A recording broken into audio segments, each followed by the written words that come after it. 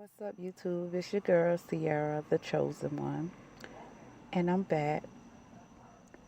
And I want to do my life stories, my life events in order. But my spirit guides told me that I need to speak up on the most recent events that's been happening for like the past 4 to 5 years or whatnot. And instead of mentioning names and stuff like that, I'ma just baby daddy number one, baby daddy number two, baby daddy number three. And this one gonna be most like talking about baby daddy number three because he's been causing the most problems in my life.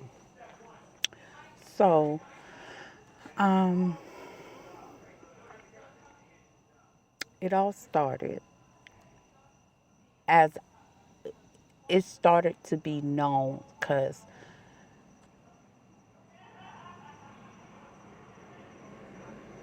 before I cut it off with him, like as if like we taking the kids out to enjoy themselves on trips and stuff like that. Um, when he was lurking on me, like spying on me and stuff like that, it wasn't noticeable. And when I sit back and I think about the things he suggested. Meaning, like, for example, I used to live in apartments, and I was fine living in apartments. I had no problem with apartments or whatnot. But in order for him to spy on me, I need to be living in a house where he could see who at my house and things like that. So when he mentioned like, oh, you should get a house for the kids so the kids can have a yard and stuff like that, I wasn't thinking like I think today because of the stuff I have experienced with him since I've been living in houses.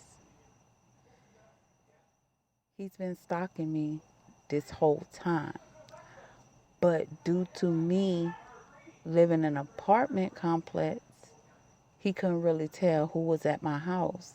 But when I lived in the house or when I lived in a duplex, he can determine if the car is at my house or not. So, December the 27th, 2017, I set him down woman to man. And I asked him some questions, and his response was like, you need to cut him off. And that's what I did. I cut him off.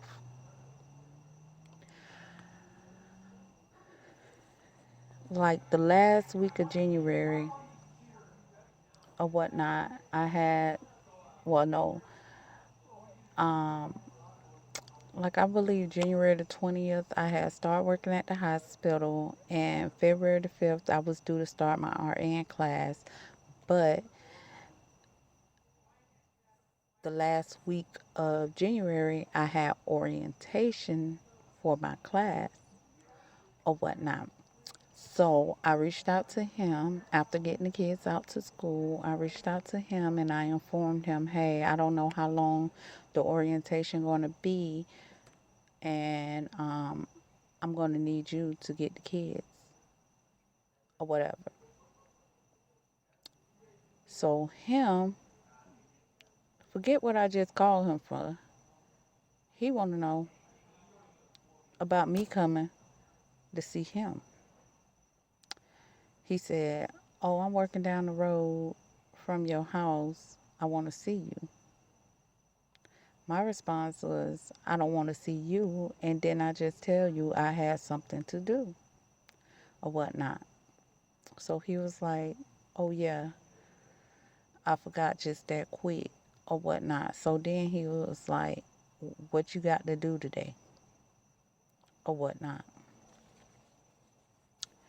And I didn't know at that time that I had needed to protect myself from him. Because, remind you, ever since I started talking to him, well, I met him like the end of November 2008. He was the only person I was talking to all the way up to summertime 2016 when I finally allowed someone to take me out on a date. But we'll get to that or whatnot. Because, no, we're going to talk about that now. Because that was literally the first time I knew he was stalking me. He was stalking my house. So, June 2016,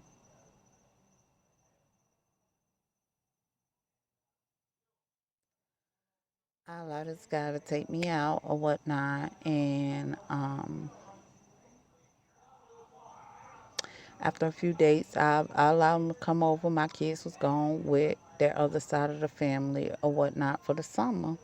So I allowed him to come over. We hanging out or whatnot. So the guy went to his car. And then next thing I know, I hear two people yapping. So I go, and he then pulled up on the boy, talking about my house is his house. Where they do that at? Because as far as I know, you always rent the streets. You wouldn't, you wouldn't really stun me until I showed you.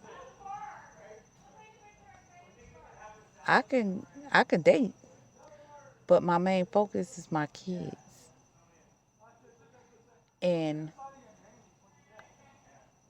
I feel, still to this day, very uncomfortable bringing people around my kids, so I don't. So he got it confused. And the sad thing is, when I allowed that guy to take me on a date, it wasn't about, oh, to get his attention. It wasn't none of that. Because at the end of the day, I would have been did that. I had me some free time,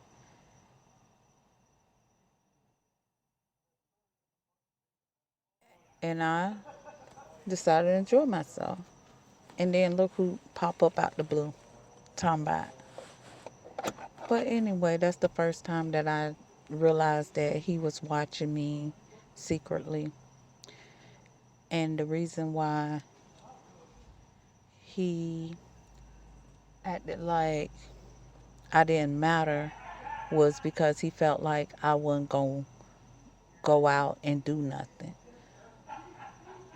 or whatnot. But not only just that though, when I met him or whatnot, we both agreed that we weren't looking for no relationship or whatnot. But then January 2009, he asked me to be his woman. So, like, I was like, all right, okay, whatever. But he ain't just asking to be his woman. He was like, you know, um,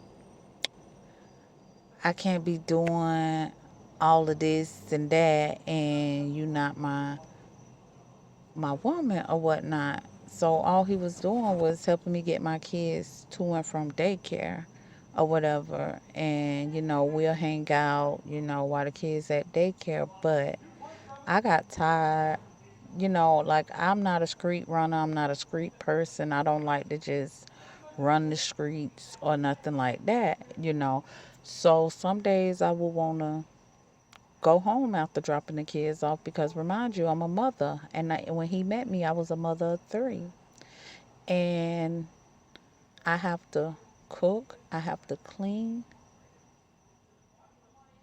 and I have to see about myself. My well-being, like work, you know, or whatnot, not just running the streets or whatnot. So he felt some type of way about that, which is sad. But he did. So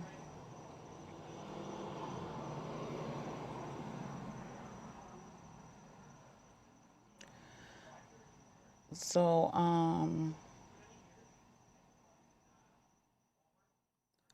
somehow, some way I ended up pregnant. Now I know when me and this guy, baby daddy number three, we when we first decided that we were going to have intercourse, we had went to Walmart, which was down the road from my house. We went to Walmart, got the 24 pack of Magnums,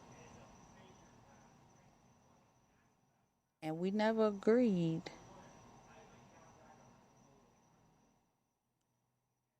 about having intercourse unprotected or whatnot. So how did I end up pregnant? Hmm. Sounds like to me somebody put a hole in the condom. And it dang sure wasn't me because my baby was just getting ready to be one or had just turned one. Yeah, my baby had just turned one in December. I wasn't trying to have no kids or whatnot, but that's one of his control tactics. He knew who he was. I didn't know who he was because I just didn't know. I never been a street runner. Matter of fact, I wasn't even from the city where he was from, you know. So I'm from Sarasota and he from Manatee or whatnot. So I really don't know him. No, don't know if his name round the streets or nothing like that or whatnot. But I did get to know him, and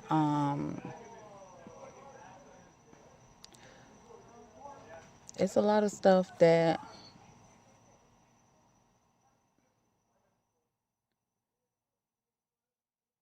he knew I wouldn't accept. So he tried to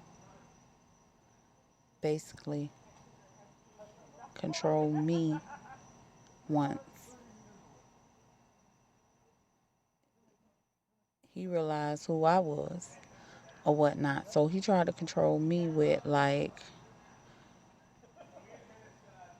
putting me in my feelings and stuff like that, which wasn't a good idea because at the end of the day, you don't play them type of games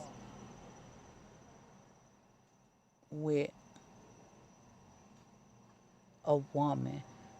You play them type of games with a girl or whatnot. At the end of the day, he got it confused about he have some confusion between women and girls. And just because I was young or whatever don't mean that you could try to play mind games with me or whatnot. But anywho, I want to talk about how he tried to,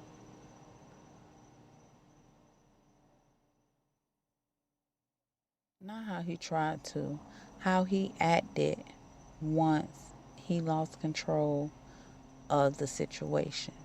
See, the sad thing is this, you don't never supposed to try to control nobody because I didn't need nobody to control me. I had full control of myself, you know. So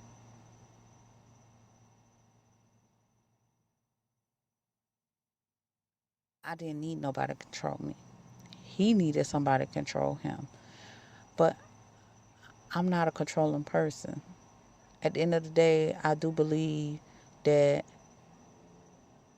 everybody have free will or whatnot, and we grown. I'm an open person. I ain't nothing like I ain't got nothing to hide. I ain't got nothing to be ashamed of. I ain't got nothing to hide. So I'm an open book. But